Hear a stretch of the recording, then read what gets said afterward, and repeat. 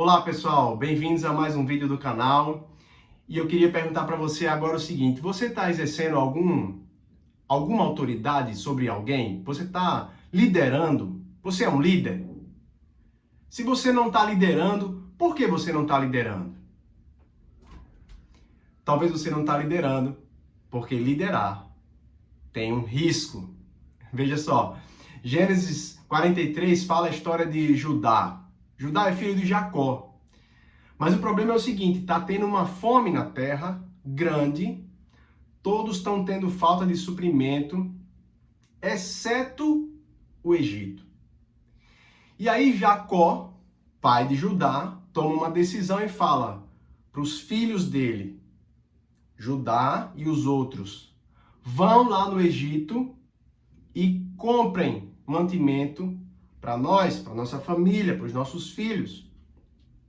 E aí é nessa hora que Judá, vivendo numa situação ali patriarcal, recebendo uma ordem do seu pai, que está vivo, que lidera a família, Judá se levanta e fala: não, pai, desse jeito que você está falando para a gente ir, a gente não vai. Isso é arriscado, porque Jacó é o pai, tem autoridade. E disse para eles irem. Jacó teve coragem de questionar aquilo que o seu pai estava falando para ele. E aí ele se levanta como uma liderança ali para os seus irmãos. Por que ele faz isso? Será que a gente está fazendo isso? A gente está correndo risco? Era importante para ajudar a correr aquele risco.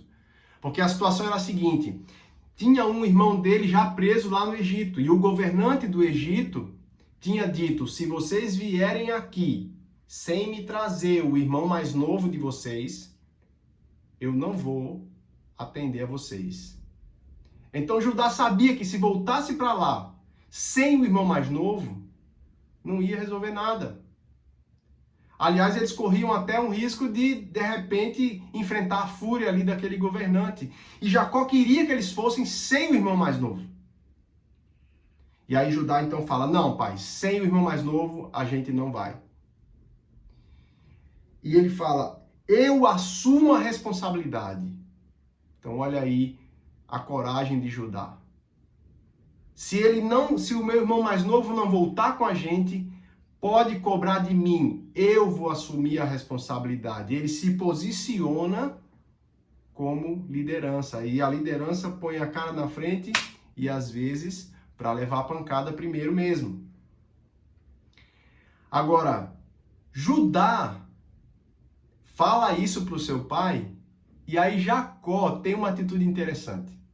Ele: bom, tá bom, eu vou mandar. Vocês vão e eu vou mandar o filho mais novo. Mas tem o seguinte. Aí olha só o investimento pesado que Jacó faz nessa missão de ir buscar alimentos. Todos estavam precisando de comida, alguma coisa precisava ser feita. E aí Jacó então mostra também a sua disposição de arriscar. E ele diz: tudo bem, vocês vão voltar. Só que estou correndo o risco de perder todos os meus filhos. Por enquanto eu tenho um filho preso lá. Vocês estão indo todos e levando até o mais novo, eu corro o risco de perder todos. A gente vai fazer o seguinte: vocês não vão somente com o dinheiro de comprar o mantimento. Vocês vão levar também aquele dinheiro que vocês tinham levado da primeira vez e que voltou com vocês no saco e que não era para ter voltado, isso era estranho, vocês foram para comprar. O dinheiro tinha que ter ficado no Egito. O dinheiro voltou. Então a gente vai fazer assim: vocês vão voltar lá, vão levar de volta aquele dinheiro para devolver, pode ter acontecido algum problema lá e aí esse dinheiro voltou sem querer, vamos levar o dinheiro de volta. Então, vocês vão levar o dinheiro de comprar o mantimento dobrado, porque vão levar o dessa vez e vão levar também o da vez passada para devolver. E além do mais, vocês vão levar presentes. O que tiver de melhor aqui na nossa terra, separa aí. Aí mandou separar mel, amêndoas, tudo que tinha de bom para dar de presente para esse governante. Jacó investiu pesado. E aí, interessante o desenrolar da história, porque o resultado é: voltam para casa, todos são e salvos, com alimento. Jacó vai também para o Egito, é abençoado ali e eles conseguem, então, um bom êxito para essa missão. Ninguém vai morrer de fome, ninguém vai passar necessidade, mas por conta da atitude corajosa de dois homens. Judá, que se levanta como líder para os seus irmãos, para correr o risco, assumir a responsabilidade. E também Jacó, que levanta dos seus bens, da sua preciosidade e coloca nesse projeto, e o projeto, Deus abençoa esse projeto. Deus abençoou a atitude deles, o envolvimento que eles tiveram. E Jacó sabia disso, porque na hora que ele manda os seus filhos com os presentes e tudo mais, ele fala o seguinte: que Deus dê misericórdia aos olhos desse governante para vocês. Jacó sabia que o resultado daquilo que ele estava se empenhando e os seus filhos não dependia dele, dependia do Senhor. Ele faz o que tem que fazer, mas ele espera em Deus o resultado do seu projeto. Quer ver um outro exemplo? Talvez você está passando por isso se você vive em condomínio esses dias. Alguns condomínios estão enfrentando a situação de ter que resolver se vão liberar suas áreas de lazer ou se não vão liberar suas áreas de lazer. Eu não sei a região do país que você mora, se você já passou por isso, se está passando, se ainda não chegou esse momento, mas na minha cidade, alguns síndicos que são eleitos líderes no seu condomínio respondem juridicamente, inclusive, pelo seu condomínio. Estão tendo que tomar a decisão se vão flexibilizar, como tem sido usada a palavra agora, se vão permitir que haja abertura das áreas de lazer ou se vão manter essas áreas de lazer fechadas. E nesse momento, o síndico é chamado para correr um risco. Porque se aqueles síndicos que estão com receio de abrir seus condomínios para serem utilizados, eles não estão tomando a decisão em conjunto, estão chamando a responsabilidade para si, sim, mas estão dizendo: eu não vou fazer o que a maioria quer, eu não quero ouvir o que a maioria quer. Alguns síndicos estão impedindo que os moradores decidam em assembleia o que fazer. Estão chamando a responsabilidade, mas estão chamando a responsabilidade de uma forma equivocada, porque estão exercendo uma autoridade, estão exercendo um domínio sem que haja o primeiro interesse naqueles que vão receber a sua liderança. Quando Jacó e Judá estavam envolvidos ali naquela missão, eles estavam pensando nas suas famílias, que precisavam de comida, que precisavam de mantimentos, que estavam passando privação naquela fome.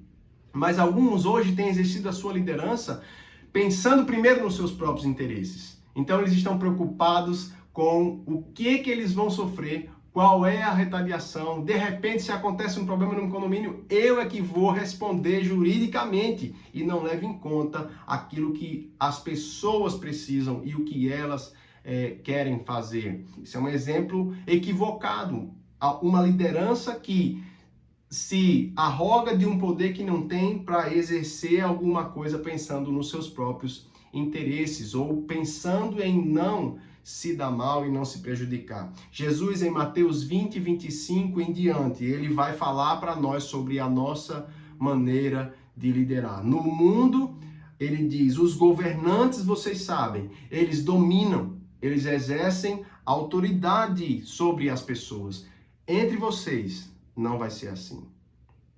Entre vocês, quem quiser ser o primeiro, então que sirva aos outros, aos demais.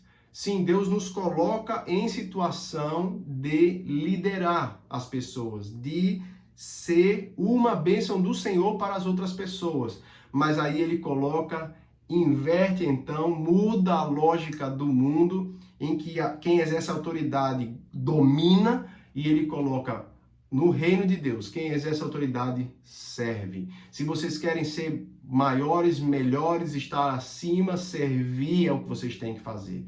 tem que se colocar na posição de servir aos outros. Colocar em primeiro lugar o interesse daquelas pessoas que serão servidas e não, em primeiro lugar, os seus interesses. Não é para você buscar destaque, mas é para você buscar abençoar as pessoas e elas receberem o benefício daquilo que você tem feito. Jesus mesmo se coloca como referencial e ele, como sendo Deus, ele fala: eu não vim para ser servido, para buscar os meus interesses, para tirar daqui da minha função, da minha liderança, da minha autoridade, aquilo que pode ser bom para mim. Ao contrário, eu estou usando tudo isso para beneficiar vocês, para servir a vocês e dar a minha vida em resgate de muitos. O que essas palavras de Jesus falam para você? Qual é o exemplo que você tira disso? Será que você tem exercido liderança? Será que você tem sido uma bênção de Deus para outra pessoa? Será que você tem aberto mão da sua segurança, se colocado na frente numa posição de risco muitas vezes, mas porque você está interessado em que outras pessoas ganhem com a sua vida, com aquilo que você tem feito? Que seja assim na minha vida e na sua vida, que o Senhor, Ele dê um bom resultado para cada um de nós, a partir da nossa disposição de servir, de liderar as pessoas que estão ao nosso redor. Não sei qual é a sua estrutura, que papel você tem, Deus tem lhe dado de liderança. Talvez você lidere o seu irmão mais novo, talvez você lidere a sua família, a sua casa, talvez você não está liderando ninguém, mas saiba, Deus quer usar cada um de nós para abençoar as pessoas que nos cercam. Que Deus abençoe você. Se você acha que esse vídeo deve ser ouvido por mais pessoas, curte o vídeo, dá um like, porque assim o YouTube vai entregar ele para mais gente. Que Deus abençoe.